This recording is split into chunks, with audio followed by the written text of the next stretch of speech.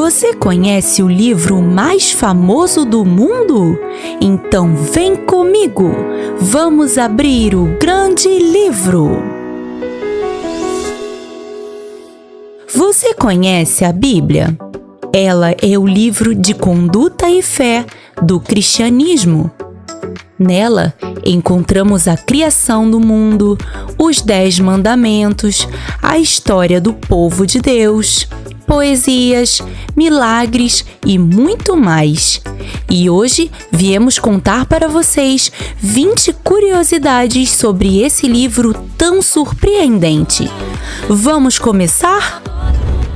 A palavra Bíblia vem do grego ta biblia, que significa os rolos ou os livros. A palavra é derivada da antiga cidade de Byblos, que era a fornecedora oficial de produtos de papel para o mundo antigo. 2. A Bíblia foi o primeiro livro impresso do mundo. Você sabia que na antiguidade os livros eram escritos e copiados à mão? Isso mesmo!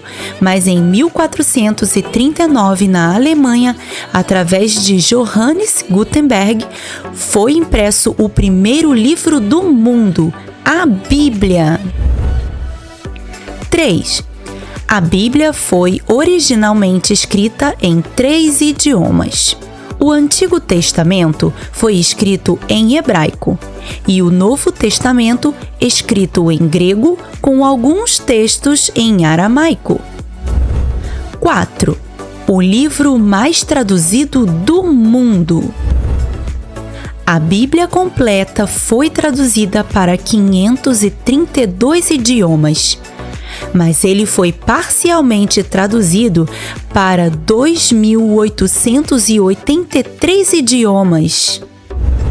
5. Um livro com mais de 1.000 capítulos. A Bíblia King James contém 788.258 palavras, 31.102 versículos, 1.189 capítulos e 66 livros. É uma verdadeira biblioteca. 6. O verso mais curto da Bíblia. Embora seja o verso mais curto em inglês, não é o mais curto nas línguas originais.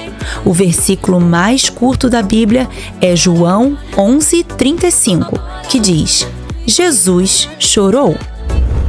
7. O capítulo mais longo da Bíblia. O capítulo mais longo da Bíblia é o Salmo 119, que possui nada mais, nada menos que 176 versículos. 8. O menor capítulo da Bíblia. O menor capítulo da Bíblia é o Salmo 117, com apenas 2 versículos. Que interessante! O Salmo 119 é o maior capítulo. E entre eles está o Salmo 118, onde se localiza o versículo que fica exatamente no meio da Bíblia, o versículo 8, que diz: é melhor buscar refúgio no Senhor do que confiar nos homens. Interessante! 9. O versículo mais longo da Bíblia.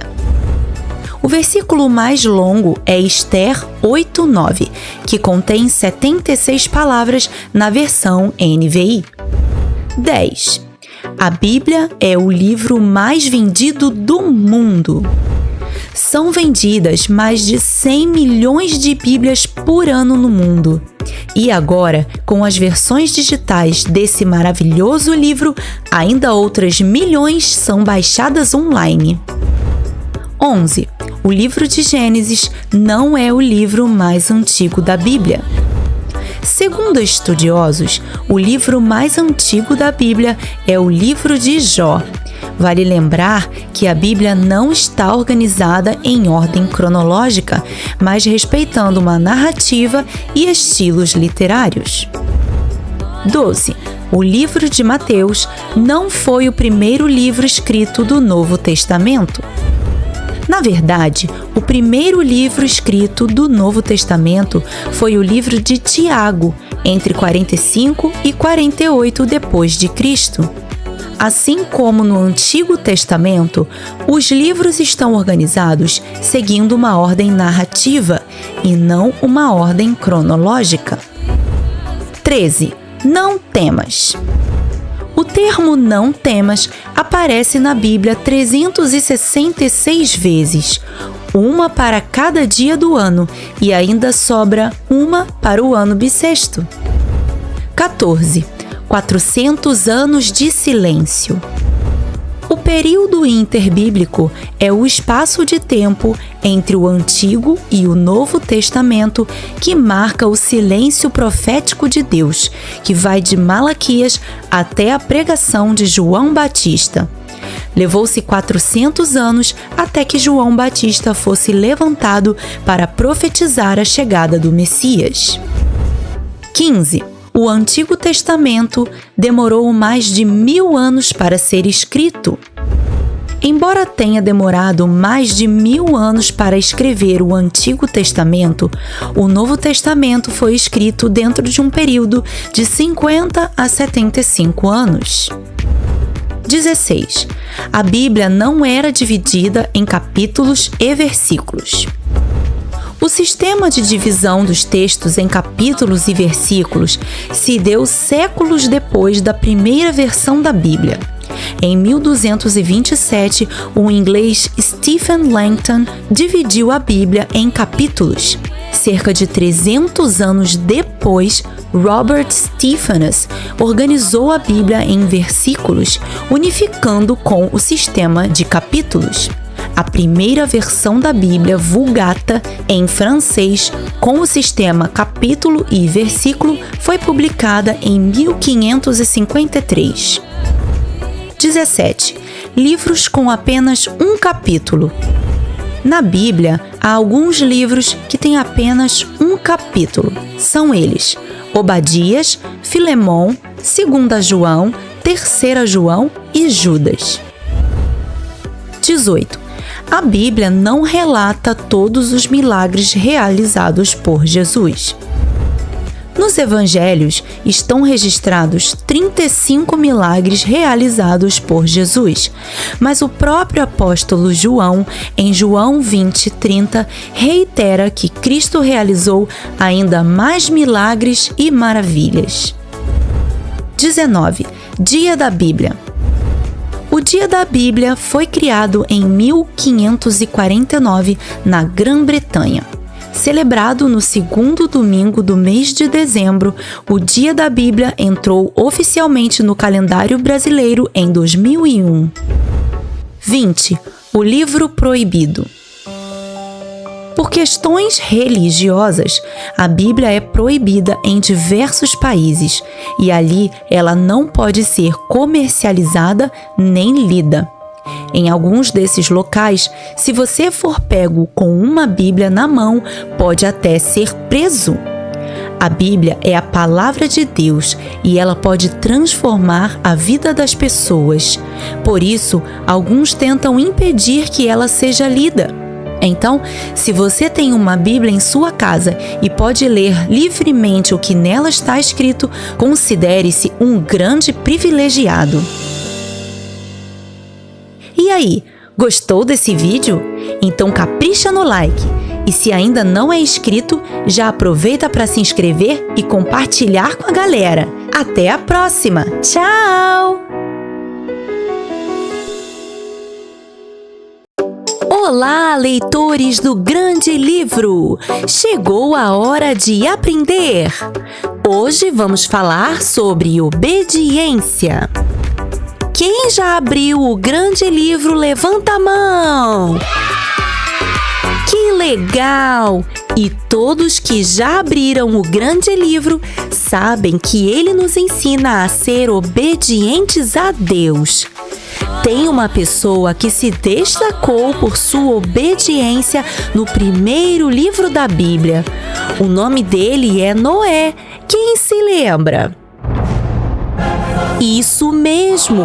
A maldade começou a aumentar muito e se espalhar por toda a terra. Mas quando Deus olhou para o mundo, viu um homem justo, Noé, e deu a ele um grande desafio: construir um barco bem grandão para salvar sua família do dilúvio. Deve ter sido bem difícil, né? Ser obediente nem sempre é fácil, mas sempre vale a pena.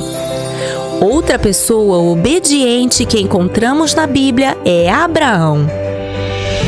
Deus chamou ele para uma jornada cheia de desafios surpreendentes. Você se lembra? Deus chamou ele para sair de sua terra, prometeu um filho em sua velhice e não parou por aqui.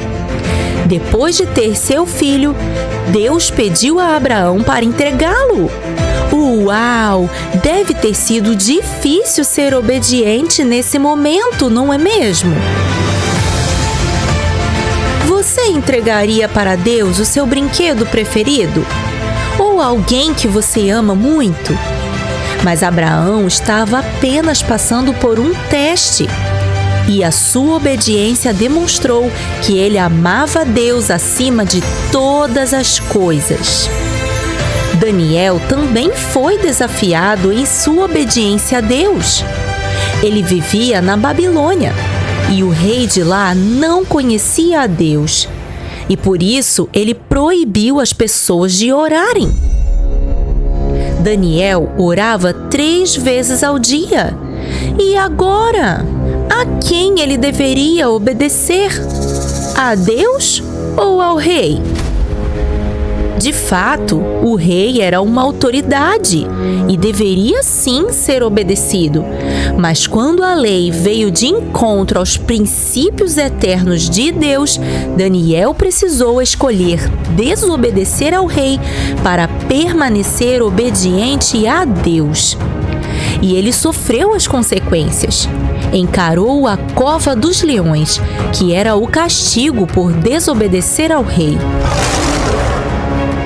Mas Deus queria que todos naquele reino o conhecessem. Então, ele fez um milagre extraordinário guardando Daniel dos leões. Sim, a obediência de Daniel fez com que Deus fosse conhecido pelo rei e por toda a população daquele país.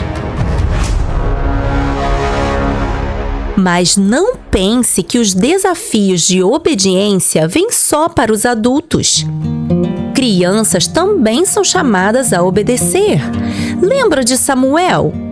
Ele foi morar no templo quando ainda era bem pequeno e ainda na infância ouviu uma voz chamando seu nome. Ele ainda não compreendia quem estava falando com ele. Mas quando Eli, o sacerdote, o instruiu a como agir, ele obedeceu e assim ouviu a mensagem de Deus e se tornou um profeta. Outra criança que também nos deu exemplo de obediência foi Jesus. Quando ele tinha 12 anos, seus pais foram a Jerusalém para adorar a Deus e na hora de ir embora, Jesus ficou ensinando no templo. Quando eles deram falta de Jesus, já estavam longe e precisaram voltar. Jesus era o Filho de Deus e desejava ficar em Jerusalém. Mas mesmo assim, obedeceu aos seus pais e voltou com eles para casa. Quantos exemplos de obediência! Eles nos inspiram a também agradar a Deus com a nossa obediência. Seja com grandes desafios, seja com pequenos, como as tarefas de casa ou da escola, e no convívio com a família e amigos. E depois que aprendemos a ser obedientes, passamos para a próxima fase do jogo. Aprendemos a ser responsáveis. Sabe como funciona? Obedecer é assim. Mamãe pede para você arrumar a cama quando levanta de manhã. Então, você arruma. Parabéns, você obedeceu. Mas será que todo dia a mamãe terá que pedir para você arrumar a cama? Aqui é o segredo. Quando nos tornamos responsáveis, obedecemos mesmo que ninguém peça. Até mesmo se ninguém estiver olhando. Sabe por quê? Porque sabemos que os olhos do Senhor estão em todo lugar e Ele se agrada quando somos obedientes e responsáveis. Grande aprendizado hoje, hein? Bora colocar tudo isso em prática? Em breve nos vemos de novo aqui, no Grande Livro. Ah, e se ainda não é inscrito, já se inscreve agora para não perder nenhuma história. Até a próxima! Tchau!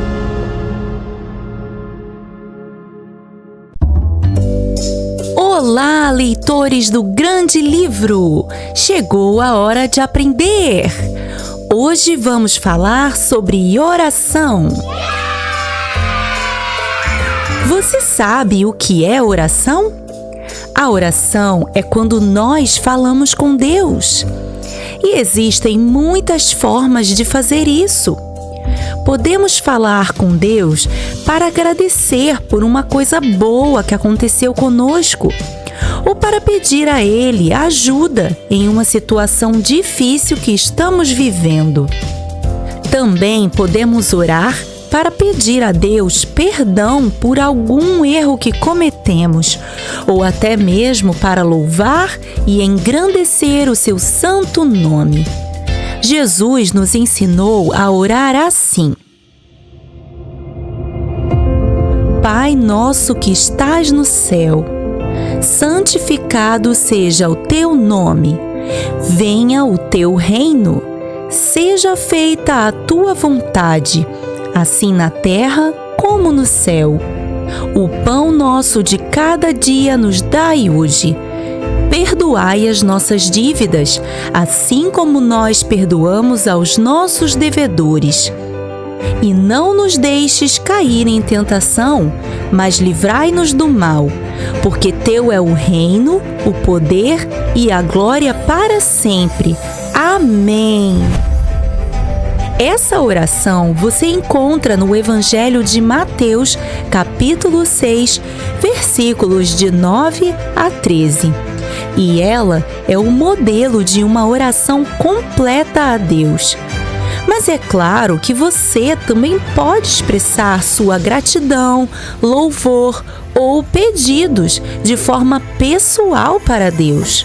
Você pode falar com Ele sobre qualquer assunto em uma oração. Deus é nosso Pai e Ele ama muito nos ouvir falando com Ele.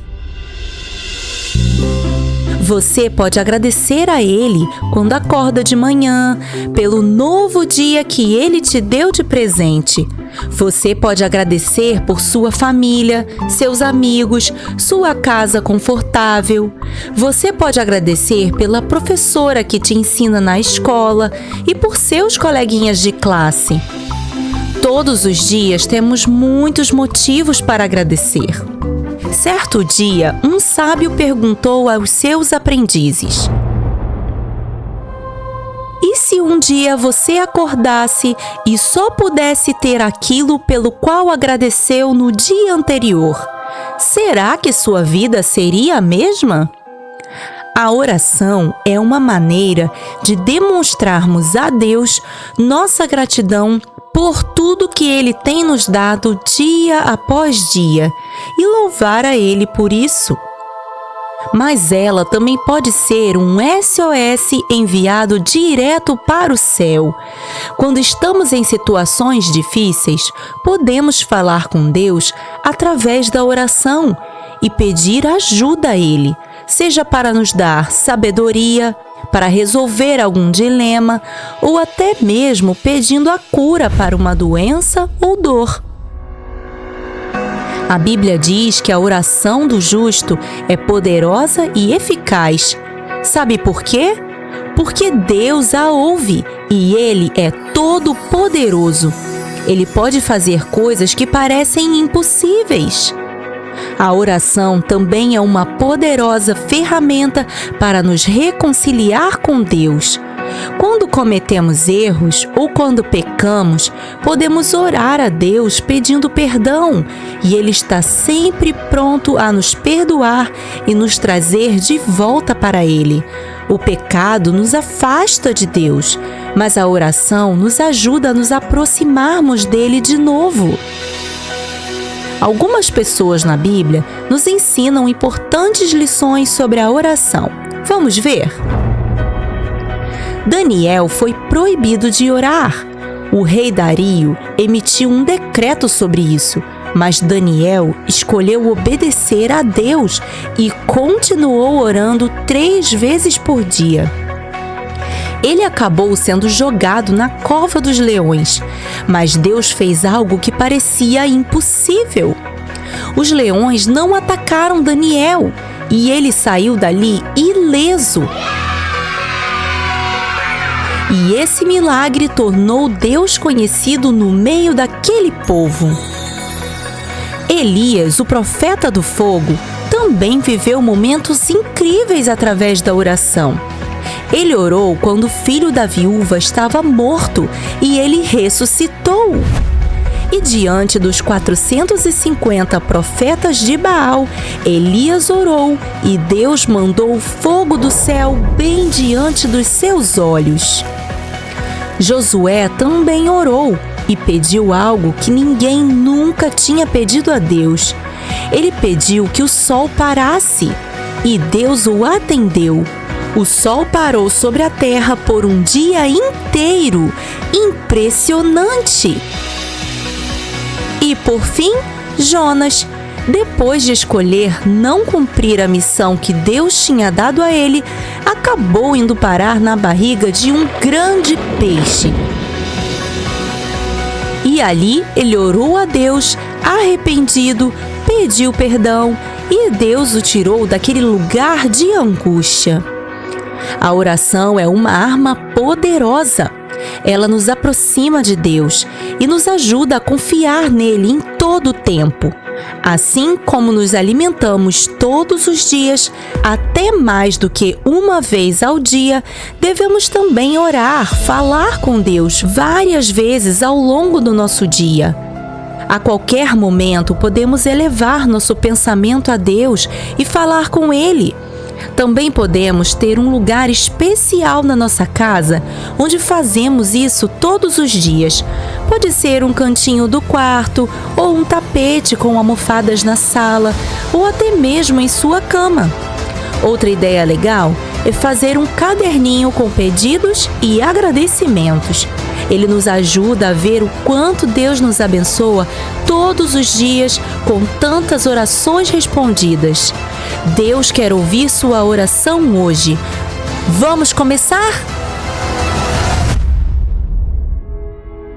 Curtiu? Então capricha no like e se inscreve no canal. Nosso Instagram tá cheio de novidades. Segue a gente lá. Até a próxima. Tchau! Olá, leitores do Grande Livro! Chegou a hora de aprender! O tema de hoje é Vencendo a Mentira. Que assunto delicado, hein? A primeira coisa que precisamos saber é que mentir é pecado. E como todo pecado, entristece o coração de Deus. Mesmo se parecer que é só uma mentirinha bem pequenininha, ela sempre será pecado e com ela virão as consequências. Que tal abrirmos o Grande Livro para ver de perto um pouco mais sobre isso? Jacó contou uma mentira para seu pai. Você se lembra? Ele queria receber a bênção de filho mais velho que pertencia a seu irmão Esaú. Como seu pai já estava muito idoso e já não enxergava bem, ele vestiu a roupa de seu irmão e recebeu a bênção de seu pai. Anos depois, Jacó também foi enganado por Labão, pai de sua futura esposa Raquel. Depois de muitos anos, já casado e com filhos, Jacó se arrependeu do que fez e corajosamente foi até Esaú para pedir perdão. O arrependimento é uma atitude honrada, mas melhor ainda é não ter motivos para pedir desculpas, não é verdade? Em certa ocasião, Abraão também falou uma mentira. Quando chegou no Egito, disse ao faraó que Sara era sua irmã.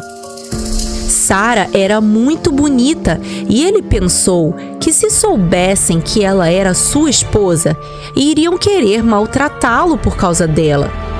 Muitas vezes estamos em apuros e pensamos que a mentira pode ser uma boa ferramenta para nos livrarmos de um castigo ou para evitar que entremos numa fria. Mas a mentira só piora as coisas. Quando o faraó começou a ficar doente e também seus empregados, ele percebeu que era por causa de Sara e logo ele descobriu que ela era casada com Abraão. E por isso expulsou eles do Egito. A mentira não resolve nada. Ela traz consequências terríveis, isso sim. Outro exemplo de mentira na Bíblia é o de Ananias e Safira. Quando eles venderam um terreno que tinham, pegaram escondido uma parte do valor e deram o restante para os discípulos. Eles não precisavam pegar aquele valor escondido. O dinheiro era deles e eles estavam dando voluntariamente para a comunidade. Era só falar a verdade, simples assim. Mas eles escolheram o caminho errado, o caminho da mentira. E Deus revelou a Pedro que eles não mentiram a homens, mas a Deus. Por isso, suas vidas não foram poupadas. Tantas vezes estamos em situações parecidas com essas, não é? Situações de apuros, ou uma oportunidade de levar vantagem, ou até mesmo para parecermos bons aos olhos dos outros. A mentira sempre parece uma ótima saída, uma oportunidade de escapar de uma enrascada daquelas. Mas lembre-se sempre, Jesus disse: "Eu sou o caminho, a verdade e a vida." Isso significa que a verdade é uma pessoa. O nome dela é Jesus. Ele é a verdade. E se Ele habita no meu e no seu coração, não pode haver lugar para a mentira em nós. Às vezes, vamos sofrer por falar a verdade, assim como muitos heróis da Bíblia que sofreram, foram presos, apanharam, porque escolheram a verdade. Daniel foi para a cova dos leões. Sadraque, Mesaque e Abednego foram para a fornalha. Paulo e Silas foram presos injustamente. Mas em todas essas histórias, Deus fez milagres extraordinários na vida dos seus servos. E porque eles falaram a verdade, o nome de Deus se tornou conhecido entre os povos. A verdade é o melhor caminho. A verdade é o único caminho que nos leva para o céu. Aleluia! Curtiu? Então capricha no like e se inscreve no canal. Nosso Instagram tá cheio de novidades. Segue a gente lá. Até a próxima. Tchau! Olá, leitores do Grande Livro! Chegou a hora de aprender! Hoje vamos falar sobre medo.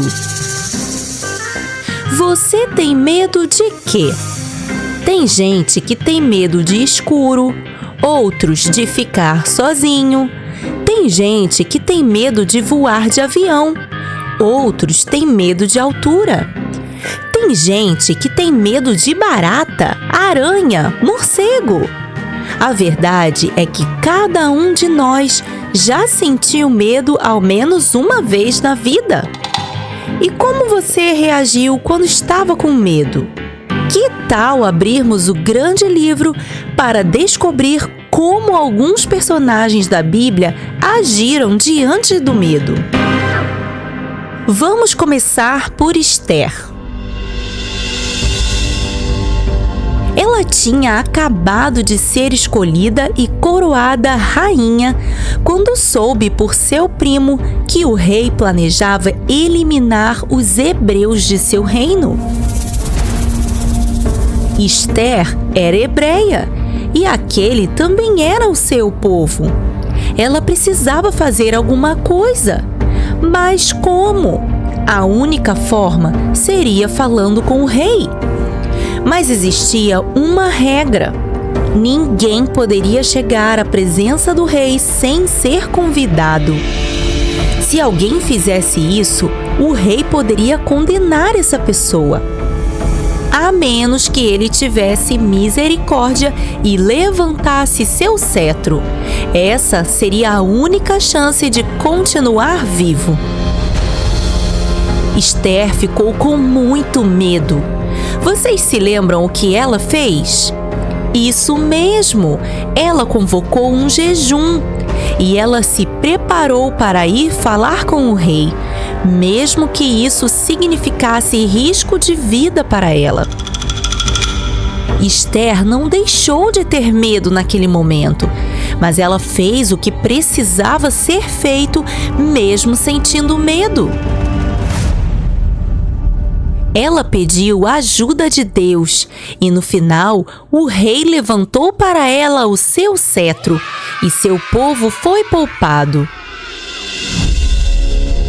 Outro exemplo é a história de Sadraque, Mesaque e Abednego. Eles foram condenados por não se curvarem à estátua do rei Nabucodonosor. O rei deu a eles novamente a chance de se curvarem, mas obedecer a Deus era mais importante. Então, mesmo sentindo muito medo, eles permaneceram fiéis a Deus e não se curvaram diante da imagem. E quando foram jogados na fornalha, não foram consumidos por ela. Deus os guardou milagrosamente. Davi, ainda um jovem rapaz, também foi desafiado. Ele viu um gigante insultando a Deus e não podia ficar calado. Diante de um homem de quase 3 metros de altura, certamente Davi teve medo, mas não se deixou dominar por ele. E Deus estava com Davi e o ajudou a vencer o gigante Golias, e todos puderam conhecer quem é o Deus Todo-Poderoso. Quando Deus chamou Moisés na sarça ardente, ele não se achava capaz de realizar a tarefa de libertar o povo do Egito. Por isso, sentiu medo. Ele tentou negociar com Deus, deu várias desculpas para que ele chamasse outra pessoa. Ele estava com medo. Mas Deus o capacitou e esteve com ele em todo o tempo, e a missão foi cumprida. Faraó deixou o povo ir. Os discípulos de Jesus também passaram por situações de medo. Lembram da tempestade no mar de Tiberíades? Eles estavam apavorados, achavam que iam morrer.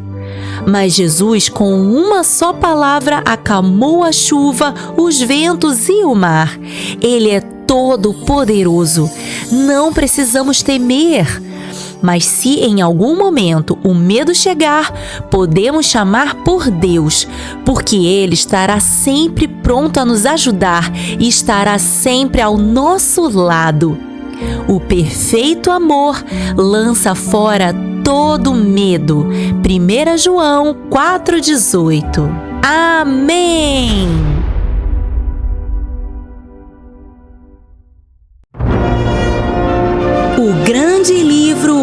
apresenta a história da Reforma. Há muitos e muitos anos atrás, existia um homem chamado Martinho Lutero.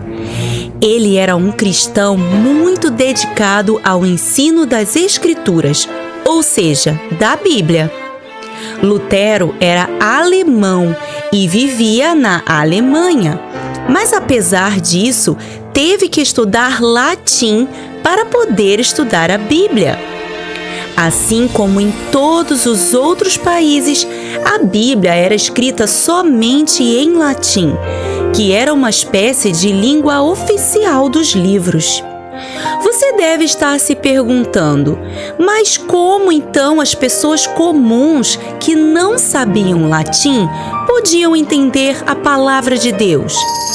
Elas iam à igreja e os sacerdotes ensinavam. Na verdade, pouquíssimas pessoas sabiam latim.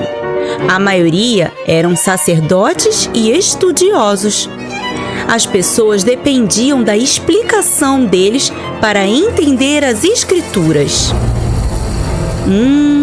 Isso não é nada bom. Conforme Martinho Lutero estudava a Bíblia, ele começou a perceber que algumas coisas estavam sendo ensinadas diferente de como estava na Bíblia. A primeira coisa que chamou a atenção dele foi que estavam ensinando que para ser perdoado de seus pecados e ir para o céu, era preciso pagar indulgências. Indulgências? O que era isso?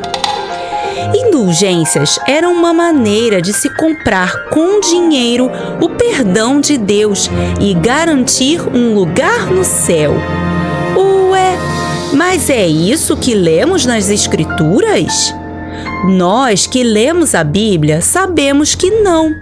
Mas naquela época, como a maioria das pessoas comuns não sabiam o latim, elas não sabiam que isso não era verdade.